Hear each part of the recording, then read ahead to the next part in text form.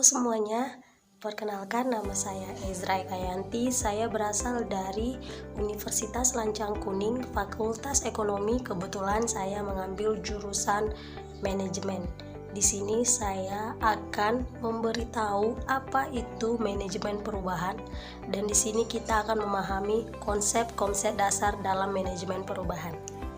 Baiklah, di sini saya akan menjelaskan sedikit tentang manajemen perubahan. Tetapi kita harus mengerti dulu apa itu pengertian dari perubahan. Perubahan tidak dapat diletakkan dalam kehidupan manusia. Perubahan mulai disadari menjadi bagian yang penting dari suatu organisasi diawali sekitar 40 tahun yang lalu. Dimulai oleh dunia usaha yang lebih dulu menyadari pentingnya perubahan bagi peningkatan kualitas untuk memecahkan masalah yang timbul akibat adanya perubahan. Manajemen perubahan adalah proses terus-menerus memperbaharui organisasi berkenaan dengan arah, struktur, dan kemampuan untuk melayani kebutuhan yang selalu berubah dari pasar, pelanggan, dan para pekerja itu sendiri. Kegiatan manajemen perubahan harus berlangsung tingkat tinggi mengingat laju perubahan yang dihadapi akan lebih besar daripada masa yang sebelumnya. Selanjutnya kita akan mendalami pendekatan manajemen perubahan. Ada dua pendekatan dalam manajemen perubahan. Terdapat pendekatan utama untuk manajemen perubahan yang dinamakan planned change atau perubahan terencana, dan emergent change atau yang disebut dengan perubahan darurat. Pendekatan yang digunakan tergantung pada kondisi yang akan dihadapi. Pada situasi tertentu, planned change lebih tepat daripada kondisi lainnya, mungkin emergence lebih cocok. Yang pertama, kita akan membahas tentang planned change atau perubahan terencana. Untuk melakukan perubahan terencana, perlu dilakukan 4 fase tindakan, yaitu sebagai berikut. Yang pertama, kita akan memasuki tahap fase eksplorasi. Yang kedua, fase perencanaan. Yang ketiga, fase tindakan. Yang keempat, fase integrasi. Kemudian, selanjutnya adalah emergent approach atau pendekatan darurat.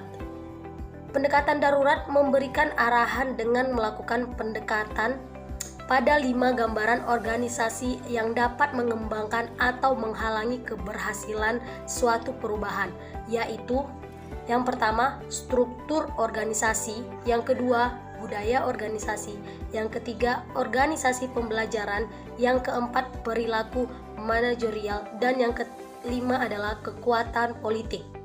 Ada konsep nilai agama yang mengatakan, ubahlah dirimu, dunia berubah di tanganmu. Umumnya di antara kita gampang takjub terhadap kehebatan orang lain, tetapi sering sekali gagal atau mungkin malas mendesain diri agar bisa menjadi orang sukses. Tidak sulit kita menemukan anak-anak yang hari ini bermental kerdil, berwawasan sempit, dan bersemangat rendah. Sekali mencoba dan ternyata gagal, biasanya orang langsung mundur dan menyudahi usahanya. Padahal sukses prestasi ilmu itu tidak dapat diperoleh hanya dengan satu langkah saja. Sukses, prestasi, dan ilmu itu tidak bisa dicapai kecuali dengan kesungguhan, usaha, dan doa. Pepatah mengatakan, sebuah perjalanan ribuan mil dimulai dengan satu langkah saja. Apa saja penyebab terjadinya sebuah perubahan?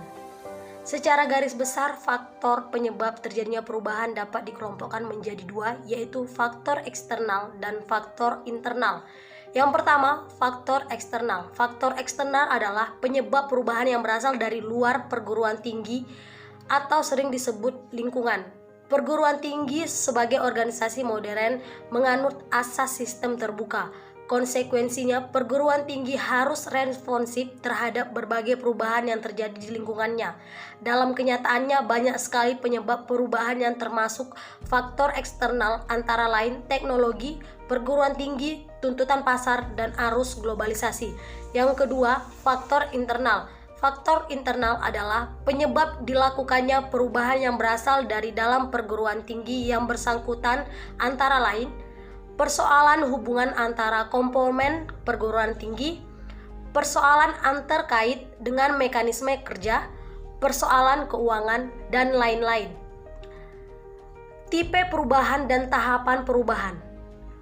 Perubahan dalam organisasi terdiri dari 3 tipe yang berbeda, yang mana setiap tipe memerlukan strategi manajemen perubahan yang berbeda pula. Ketiga macam perubahan tersebut antara lain perubahan rutin, perubahan peningkatan, dan perubahan inovatif. Ada beberapa tahap dalam konsep manajemen perubahan. Tahapan perubahan yaitu: yang pertama, identifikasi perubahan; yang kedua, perencanaan perubahan; tahap yang ketiga, implementasi perubahan; tahap yang keempat, evaluasi dan umpan balik; dan tahap yang kelima adalah problem pelaksana perubahan.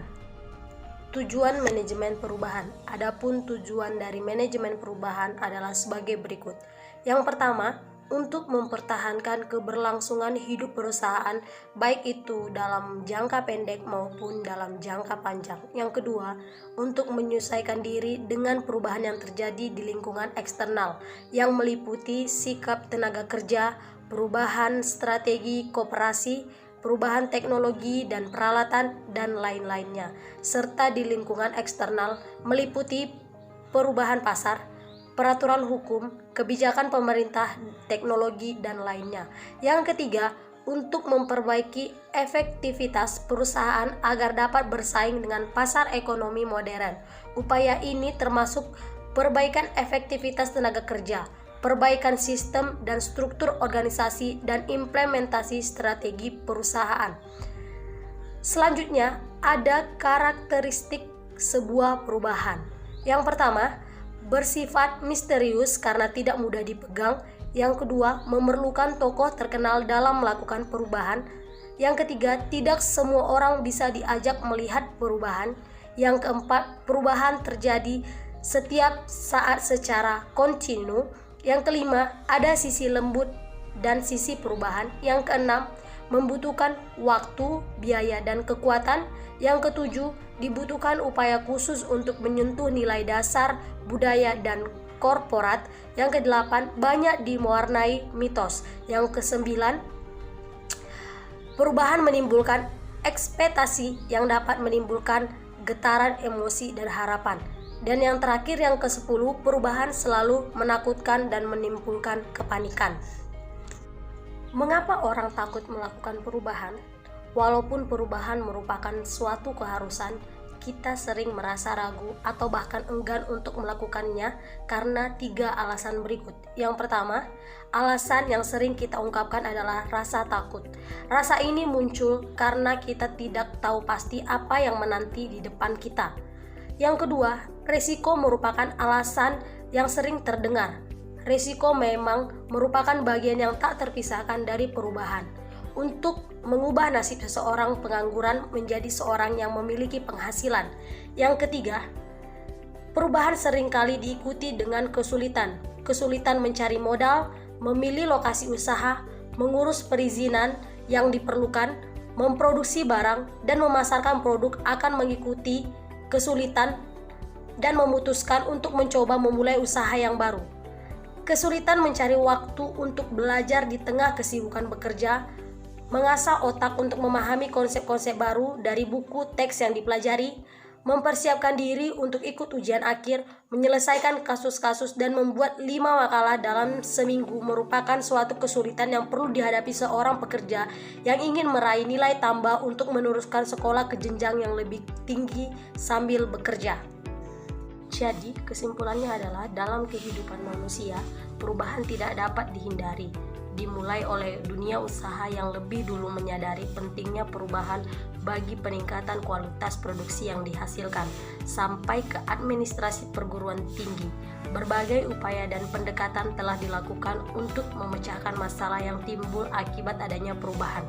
Oleh karena perubahan memang selalu terjadi dan pasti akan selalu terjadi, pimpinan organisasi, baik organisasi perguruan tinggi maupun non-perguruan tinggi, di samping harus memiliki kepekaan terhadap perubahan-perubahan yang terjadi di luar organisasi yang dipimpinnya dan mampu memperhitungkan dan mengakomodasikan dampak dari perubahan-perubahan yang terjadi itu. Mutlak perlu pula untuk mengetahui keterampilan dan keberanian untuk melakukan perubahan di dalam organisasi demi peningkatan kemampuan organisasional untuk mencapai tujuan yang ditetapkan. Oleh karena itu, untuk menghadapi perubahan kita perlu melakukan manajemen perubahan, yang berarti upaya yang dilakukan untuk mengelola akibat-akibat yang ditimbulkan karena terjadinya perubahan dalam organisasi. Tidak banyak orang yang suka akan perubahan, namun walau begitu, perubahan tidak bisa dihindari. Harus dihadapi karena hakikatnya memang seperti itu. Maka diperlukan satu manajemen perubahan agar proses yang dampak dari perubahan tersebut mengarah ke titik positif. Terima kasih. Sekian presentasi dari saya. Jika ada kesalahan saya mohon maaf. Saya akhiri dengan selamat pagi.